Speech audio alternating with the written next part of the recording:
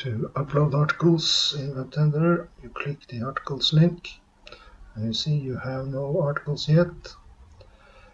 Click the article list template to download a template, and you can open that in Excel.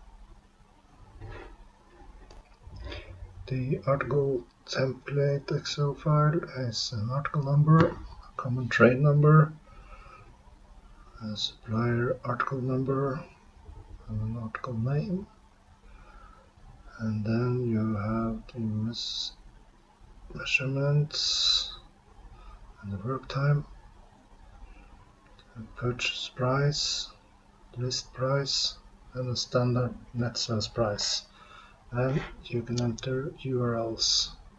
As you can see, I have already written in some lines here.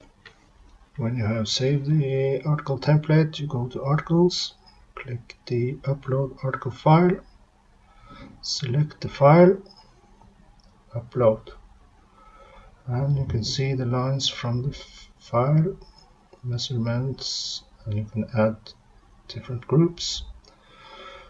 Discount group, which we don't have at the moment.